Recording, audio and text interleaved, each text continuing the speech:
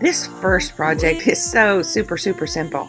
All you have to do is take a glass jar or ceramic jar or clay pot and give it a coat of chalk paint. You're probably going to have to do 2 or 3 coats for full coverage depending upon your base unit. Then we start with the IOD crockery stamps. These things are so beautiful. Now, you want to make sure that you're using the smooth side of a jar when you do this stamping method. And I'm just grabbing something to kind of hold my jar into place here. I've chosen my stamp, and I am using the IOD ink. They have wonderful little blank ink pads, and then you buy the ink separately and load it up. Black ink is what I'm using for this stamp today. They have different colors though, some beautiful ones. Midnight or China blue, I think it's called, and a green and a white, and you can mix them too, certain ones, to make your own color. But you lightly stamp the pad onto your crockery stamp. Make sure you're getting nice, good coverage.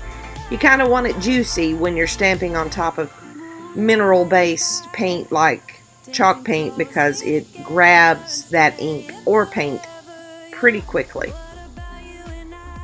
Hardest part about this is making sure that when you place your stamp, you do not let it shift, which is a little tricky on some slick surface like glass.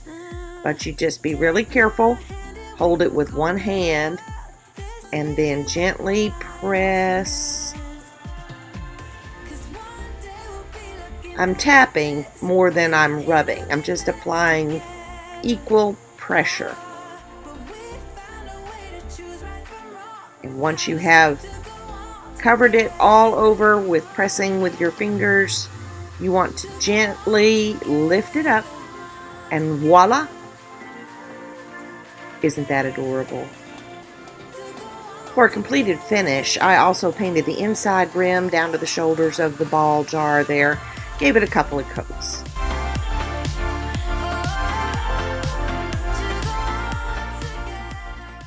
You better turn up.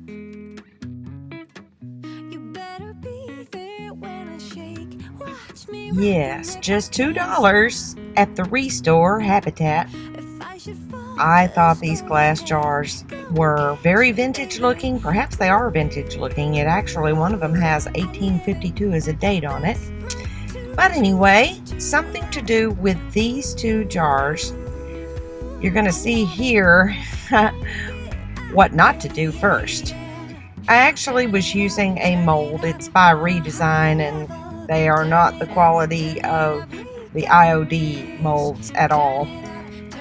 And they're more shallow. But anyway, I had this one and wanted to use a chicken and another one with a rooster kind of weather vane. So I was using some air dry clay first. It also wasn't IOD's air dry clay because I was out.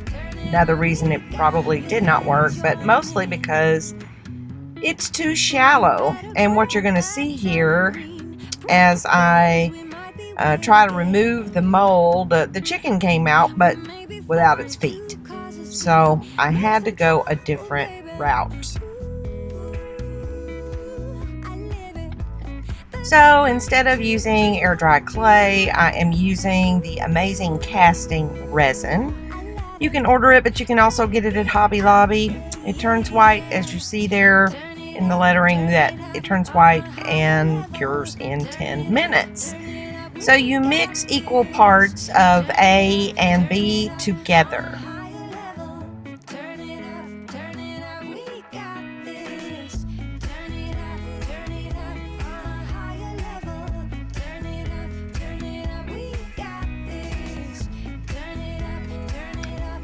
You want to stir it from about 30 seconds to 45 seconds. It starts out, as you can see, they're kind of cloudy and milky, and as you stir, it clears up. And you'll start to feel it actually get hot, warming anyway, toward the bottom of the cup. And at that point, you want to go ahead and pour it in your mold.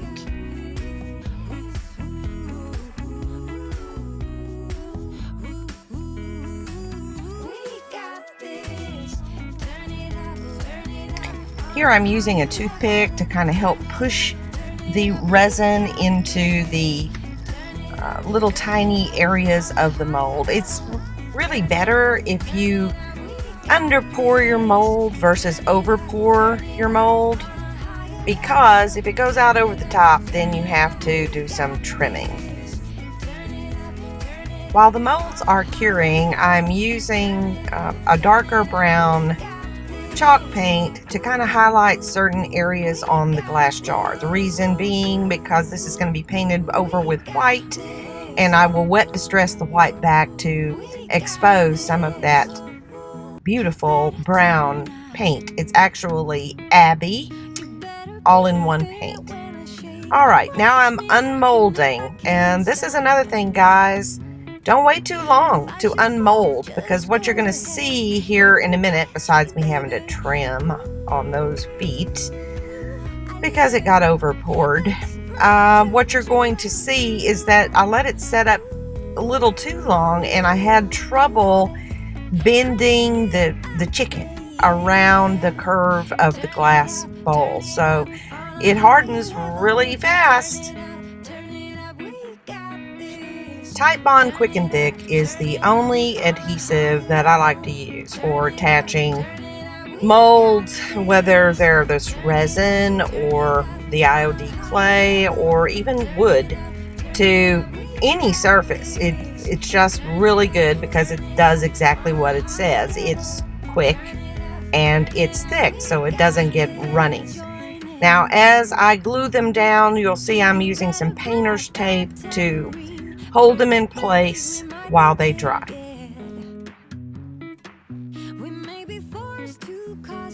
Once dried, I also painted the molds, the chickens, with the same Abbey paint because I wanted to make sure that when I distressed, some of that brown would come through.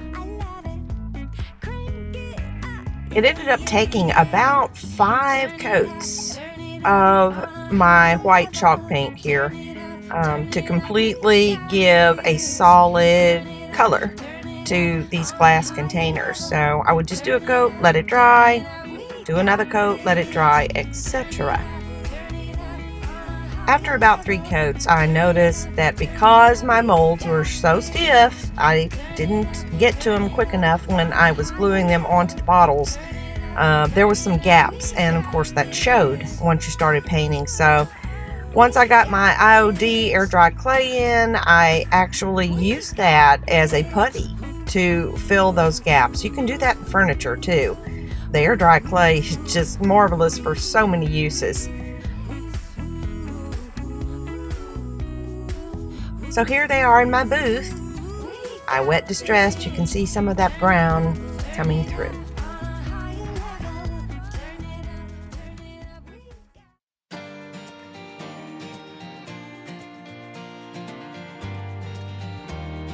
This last project may end up being a one-off. I wanted to do a tissue box, and you know, they sell them pretty cheaply at Michael's for I think under $7, but my Michael's didn't have them. We had some spare wood, and so Randy made me one, but it ended up being kind of a difficult project to make because we used 1/4 inch for the outside edge, and then he used 1/2 inch piece of some old barn wood for the top.